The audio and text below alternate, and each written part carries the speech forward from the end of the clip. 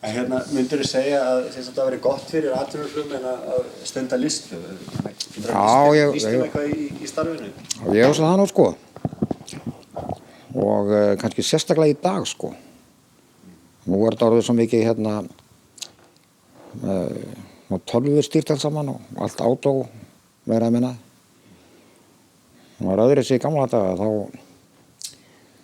og persónulega finnst mér gömlu mennirnir hafi verið meiri svona handverksmenn í flugi heldur en í dag. Það var allt flogið á höndunum og þetta var allt öðru sig. Nú áttu mjög langan flugferil að baki. Hvaða tími var skemmtilegastur á ferðinni? Mér finnst alltaf að 6-an hafi verið skemmtilegast á flugvélum. Monsin var alveg hræðilegur. Loftleiðir voru heppnir að það skyldi ekki farið illa þar sko. Það var alltaf að lenda í einhverjum rísaskónum. En finnst þér hafa orðið mikil breyting frá því þú byrjaðir og þangað til núna eins og til dæmis hvað varðar áhafnasamstarfi? Það kannski gömlu kallarnir voru svona meiri svona skipstjórar svona með í dag þetta það svona meira svona samvinna í kokpitinu heldur. Það svolítið öðruvísi í hvernig unnið í kokpitinu í dag heldur það var sko. Hvað til að segja okkur aðeins frá þessari flugvél sem þú ert að smíða? Hvernig flugvél? Já, þetta Pitts. Það hönnuð að Pitts gamla og með rússneska mótorinn í huga, 360 hestöfl, 9 sílindra. Kallað Pitts Monster. Og hún var svolítið stærri og náttúrulega miklu öflugri heldur en gamli Pittsinn. Þetta hefur aldrei verið svona vél hérna á Íslandi áður? Svona vél? Nei.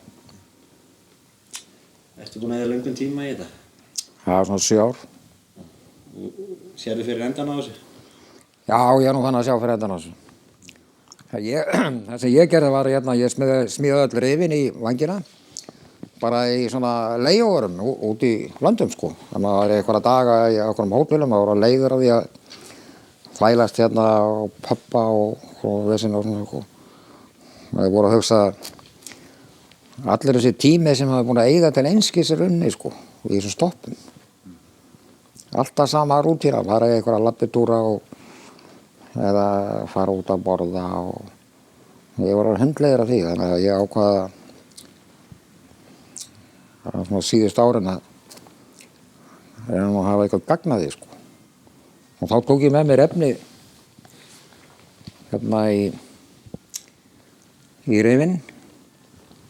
Hafði ég sellókassa sem að konan átti og svona verkværi sko.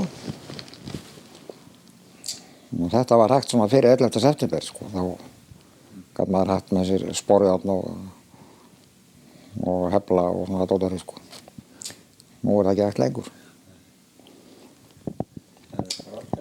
Þannig að mér finnst þetta orðið á leiðinlítið í restina sko. Allt þetta security ég eiginlega svona huggaði mig við það að vera hætta bara. En er flugáhuginn alltaf jafn sterkur? Ja, nei. Það verður alltaf sterkari og sterkari með árunum. Fannst þetta einhverjum skemmtilegum sögum? Svaðilförum eða skemmtilegum sögum? Í flugið? Já.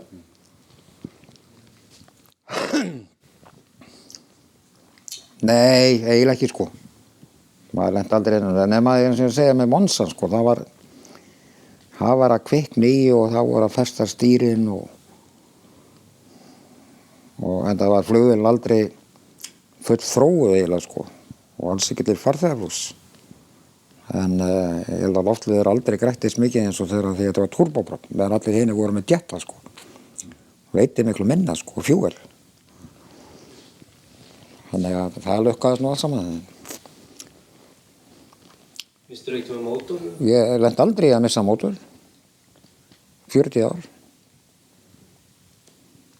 Þá var þetta í fyrra á þristinum. Svona dæmi sko. Segðu eitthvað frá því. Til að segja eitthvað frá því? Þú misti mótor á þristinum.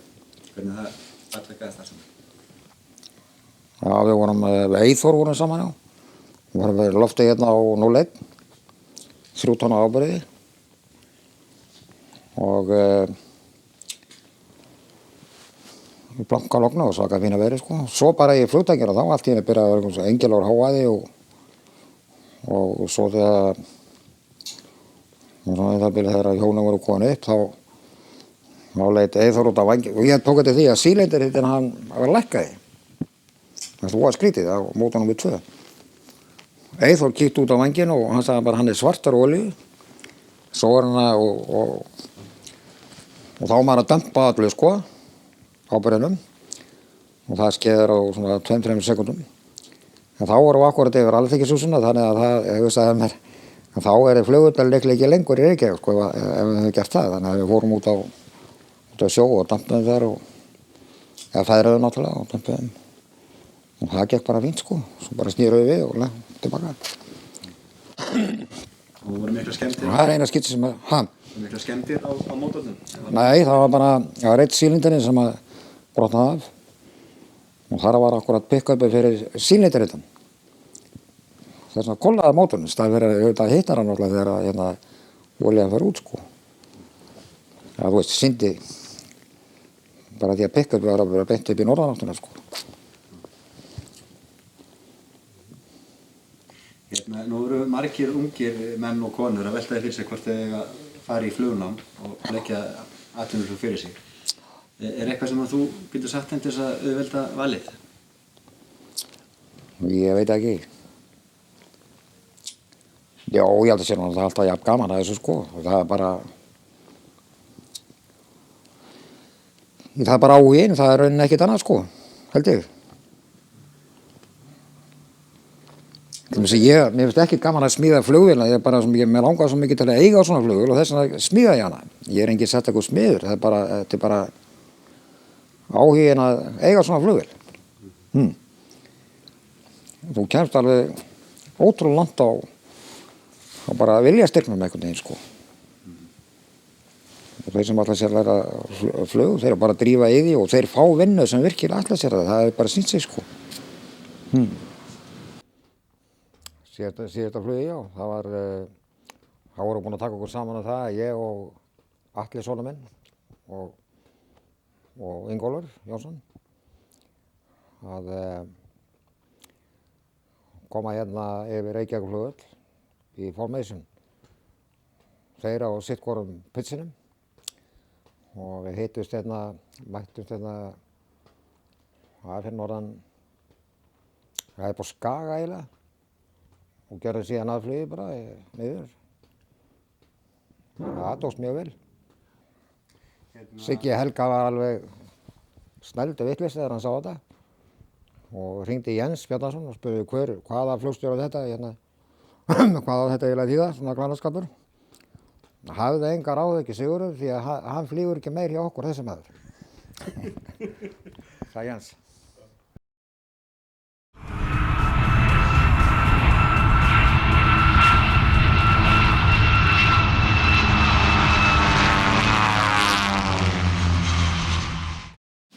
Gömlu karlarnir eins og afi þinn og Jóhann eins og þessir og fleiri sko, þeir voru alveg rosalega nettir flugmenn sem að þið hafi náttúrulega getað tækifæri í dag sko. Og þá var allt handflogið og það var skriðið og það voru alls konar trikk til að koma sér niður í þoku og svona sko og maður var alltaf skítrætt. En kannski til allar hann ekki í dag, þá voru þetta allt bara ákveðna reglur, bara kærður og gerir þetta ekki eins og bókin segir og ég er að gera það sko. Það var bara í vondum málum sko. Það var ekkert þannig í gamla daga sko. Núna er komið svona kjaftakerling í flugvélina hjá Icelandair og víða bara í heiminum. Það sem að ef það fer eitthvað út sér þennan ramma, þá er bara fylgst með því og þú bara kallaði það fyrir. Hvað finnst þér um þetta?